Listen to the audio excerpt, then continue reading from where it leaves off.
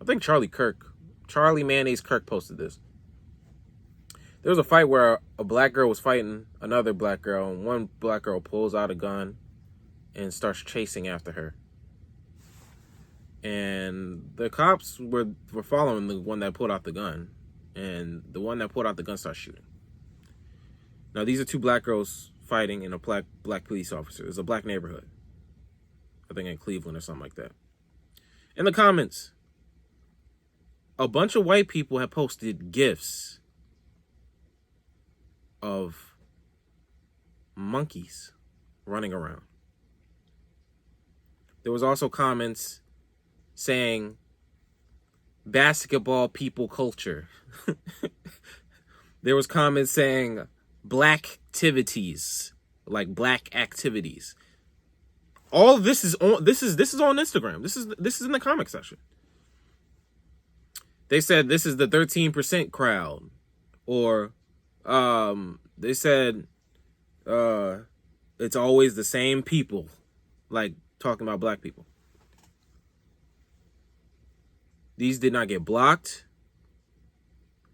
They didn't get flagged for saying that or posting these racist things, because they're not saying, technically, they're insinuating it. They're racist. They're racism insinuating, racistly insinuating. But they didn't say it directly, so the comments are allowed to be up. They didn't get in trouble for it. Not only did they not get in trouble for it, these comments were getting thousands of likes. They were the most popular likes on the thread. They were the most popular comments on the thread.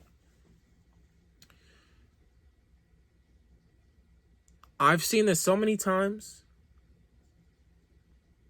that I'm triggered. I done seen this so many times at this point. I'm like, what are y'all doing? Facebook, Instagram, Snapchat, and maybe, or it's not really Snapchat. You don't have that mess on Snapchat. TikTok. Maybe the accountability system, or it's like what I expect, because, didn't Mark Zuckerberg go to Congress or go to trial? He went to a congressional hearing because of his diversity issues with Facebook, and a lot of these diversity issues and misinformation. What is considered hate speech, what is allowed online on these platforms. He went to trial for that. So, I mean, I shouldn't be surprised that this kind of stuff is happening on the platform that he runs. Having said that, it's unacceptable that this is allowed to be pervasive. And then to make matters worse, when I respond, if I respond to some of these comments online with the same kind of language, my account's getting blocked. I'm like, nigga, what? Are you kidding me? They blocking the responses to this. It's black, it's like black folks got a short leash. When black folks respond to a lot of these racistly insinuated comments with the same tactics,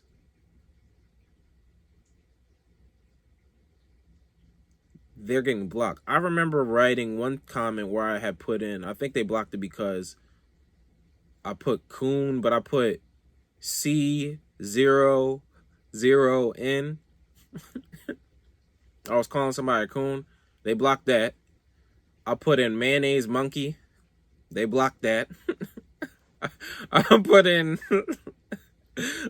was just coming up with like stuff to say. And I was getting flags left and right. So this process is what I deem to be a state of heavy attack, but lack of access to extremely active defense. And what I mean by that is the attacker has free reign, but the defender is limited on what they can say. And I found the cheat code.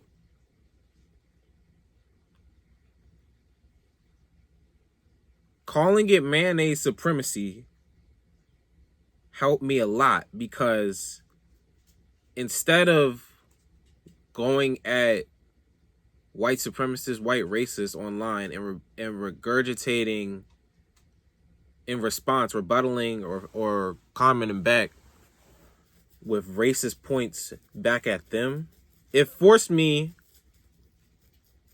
to use their tactics that they use it against us to talk back at them, and they can't handle it. So what I call this is de facto racism, or indirect racism. Sorry about that. I always start with mayonnaise. I always start with mayonnaise talking point. Mayonnaise is my thesis. This is the point that I am inferring that is the foundation of what this comment or what this person is saying, where it's coming from. And it drives people crazy. The reason why mayonnaise is such a trigger for them is because I'm using their tactic of evading saying what I really want to say, and inferring something based off of a culture or a look. Racist whites hate the use of the word mayonnaise, because they're like, sorry, somebody called me. They're like, mayonnaise is white. I'm white. He's calling me mayonnaise.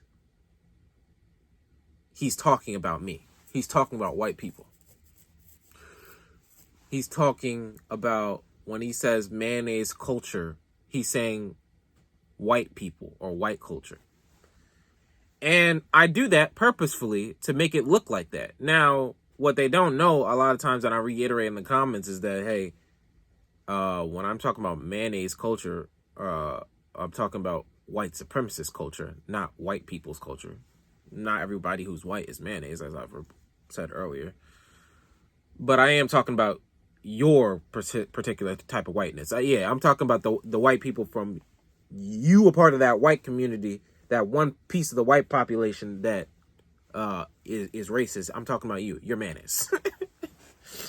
And this is, people, I'll obviously think at this point, if you're listening, you're like, yo, why would you stoop to somebody's level and go back and forth with these people? Unfortunately, you cannot allow somebody to just keep on saying something without any rebuttal. Now, a lot of black people's attitude, and like people's in general attitude, some people are shy. They shy away from conflict, or they look at engaging with somebody who's being racist or conflicting, or like they feel like engaging with somebody who's wrong and an attacker. It's not helpful. You're supposed to just overlook and let them go and on their tirade, and because they're wrong, and not do anything, like not necessarily not do anything about it, but not give them any attention. And unfortunately, so many people, we've been doing that for so long. It's created an environment where if you repeat a lie for so long, after a while you start to believe it. We've allowed attackers, slanderers, and racists to get away with saying stuff for so long that now they actually believe a lot of the stuff that they're saying. They've overlooked it being wrong. They believe that their wrong is the truth now, is their truth. And it's created an environment that's literally come back to bite us all on the butt. So you can't allow a bully to just bully somebody without a response. You have to give the bully a taste of its own medicine for progress. You have to. Or he will continue to stop looking at it from the standpoint too of when I'm getting attacked, that I'm talking about you in a sense. When I'm getting attacked, I'm gonna overlook it. I'm gonna turn the other cheek and not deal with this person. That's kind of selfish, and I'll explain why. If you don't deal with the bully in front of you, a lot of times what ends up happening is you may have made it through their bullying, but they take that same type of attitude. They think they can do that mess on somebody else. So you could have prevented this bully, but you decided to turn the other cheek, and now they're doing the same thing to somebody that you might even know that you're close to. That's the problem with allowing people to just get away with saying stuff. But back to the point of mayonnaise supremacy. These people have lost their dang mind. I see so much on a daily basis now that it's incited some kind of online rhetoric war.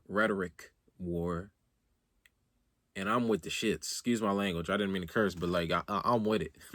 Because nobody is defending us. It doesn't seem like it.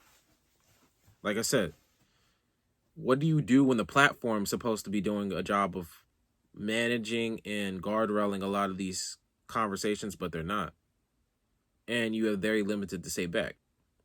So the whole mayonnaise thing, you'll hear me arguing with people. Like I said, I'm always going to never fail to let you know that your points are wrong and engulfed in mayonnaise or white supremacy. But then on top of it, sometimes I will get carried away with the indirect digs, which is mayonnaise is kind of like my medium, my revert back to center.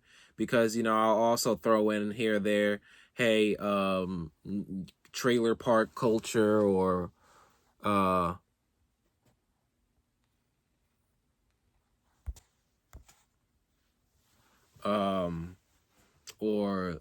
somebody's being really racist. They'll say you come from the ghetto. I have a house on a beachfront or something, and I'll respond, no, you don't have a house on the beachfront. You have a trailer in a trailer park next to a meth pipe or stuff. Like, I'll do stuff like that. Like, you live in you live in a trailer with a refrigerator full of mayonnaise jars and a bed full of cigarette butts, and a mom who's a hooker. Your sister is sleeping with her cousin. You are an inbred. Like, it'll go down that route. Which I try not to get too far down, because then it becomes me regurgitating a bunch of white racist stereotypes. However, I will very much, like I said, mayonnaise is the center. I'm saying, no, I didn't say white people are doing meth and alcoholics and sleeping with their family members. I said white supremacist. I said the mayonnaise boys or the mayonnaise brigade. And that is the centering piece, because, like I said, I don't want to attack white people. It's not me attacking white people. My best friend is white. I would never call my best friend mayonnaise. However, if a white person is being racist, they're mayonnaise. That's mayonnaise. They're engaging in mayonnaise ideologies. They're engaging in mayonnaise activities. Their whole persona is based on false premises about black people and black Americans. They're drinking from the mayonnaise. This is mayonnaise supremacy, and this is the way to deal with it, is to call it out for what it is. And a lot of people who have had a history of racism, but racism, just like language, changes just like slang. There's a new As soon as they, it's like with Republicans. When Barack Obama was in office, they went on a tangent saying that when he first started that he wasn't from the United States, that he wasn't an American citizen. Then they hopped to, well, he's a Muslim. He's not from a Christian religion. Then they hop to he's a best friends with Putin, and that his foreign policy is bad. Then his domestic policy is bad. Then we hop to this wave where it's literally always something. It's literally always something. They just hop and hop and hop. In the recent years, they were on the CRT hysteria, the critical race theory hysteria. Then after the critical race theory hysteria is over, then now they're on the anti-woke. That's woke. The anti-woke wave, right? They don't want anything to do with wokeness, right? Hollywood's too woke. Then now what's happening? Watch this. Now and notice how the mayonnaise is becoming more and more blatant. Now they've went from anti-wokeness to anti-DEI, diversity, equity, inclusion. Do you see this? This is what I'm talking about. Mayonnaise at its finest. It's white supremacy. It's white racism. It's a white substance of hatred, right? That is softened. It's so soft, but it's causing a mess. The more and more you throw it out there, the more and more of it that it is, it's causing a mess in plain sight. And it seems like it's not very much of a threat, but it's a lot of it. It is an inconvenience. This is mayonnaise supremacy, my friends. Mayonnaise supremacy. And the only thing that's going to stop this mayonnaise supremacy is for us to get active and call that mess out. So that's basically the basis of the video. I'm trying to give you some stuff that you will see. Now, I will say back to as far as the platforms watching this kind of rhetoric, TikTok is definitely the most liberal of all of them. You can't really say or respond anyway to a lot of this stuff. But like I said, on TikTok, I see a lot of racist stuff regurgitated about black folks, or, everybody's like fatherless activity, or, you know what I mean? Like stuff that is indirect race. They're indirect shots at blacks. And it's hard to respond to that. But, I'd be going in. It's hard to deal with somebody that's actually smart. And at the basis of a lot of my stuff are facts. They'll bring up the crime rate of the black community, and I automatically will let them know. White Americans commit 70%. And this isn't this isn't just white American crimes or examples.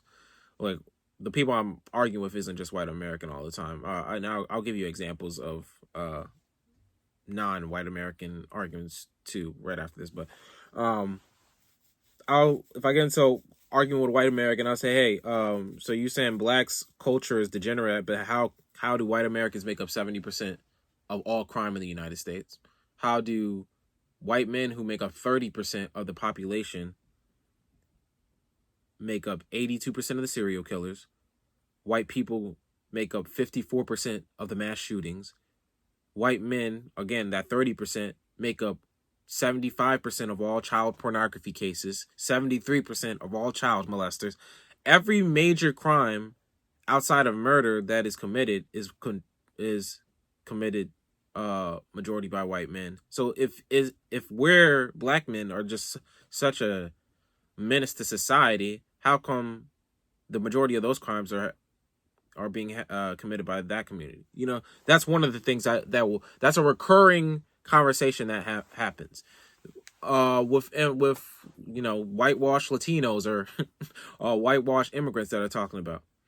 They'll say that black people don't want to work hard, or they're lazy and they just want a handout from the government. And the response to that is mayonnaise talking point. Immigrants get DACA programs. I can't apply for a DACA. Immigrants get H-1B visas. There's also advocacy groups that get millions and millions of dollars, got wealthy donors. Matter of fact, I work for a nonprofit that helps give money to a lot of these smaller organizations. Our nonprofit, rich multimillionaire family started up, and I wouldn't say it's very effective in giving Puerto Ricans, the small man, their money, but the money gets used towards programs for helping out people overseas in you know what do you call it, impoverished communities, through advocacy groups and grants. So that's a talking point that constantly comes up. Then specifically as it relates to illegal immigration, illegal immigration doesn't benefit. Oh, there you go. Illegal immigration does not benefit my community. It definitely doesn't. But immigration somewhat doesn't benefit Black Americans in certain areas. There's the benefit, I would say, is more culture is better for the United States. More diversity is better for the United States. More businesses into Black neighborhoods is very. I think it's something that you should fight for. Like, I want to be able to go to like an Ethiopian restaurant or a Mexican restaurant in my neighborhood. I want that diversity in different crowds helps in that regard. But economically, it's not a benefit. Matter of fact, for every illegal immigrant that comes into the United States, Black American wealth decreases by half a wage point, half a point, and then illegal immigration directly undercuts the Black male economy, because for the Black males that don't get a degree, they say 60% of Black men get degrees, which is a little bit lower than the average for everybody else. 60% of Black men get degrees over high school diploma. The 40% that don't usually go into the service sector, like construction, plumbing, janitorial stuff, and illegal immigration. What is happening is a lot of those jobs in that sectors, they're hiring illegal immigrants, exploiting them, hire them as cheap labor, and it's blocking Black men from getting those jobs. So they're directly undercut by this new wave of people coming in, which is true. That is happening. Now, I don't think we should be anti-immigrant. It's not the immigrants' fault. It's just that these businesses are using immigrants as cheap labor, and it's lowering wages for everybody. That's not just for the service sector. That's for what do you call it? High skilled labor as well. Those rich Fortune 500 businesses that, why they say Asians make more. One of the mayonnaise talking points that a lot of white people make is, if Black people are so oppressed, why is it that Nigeria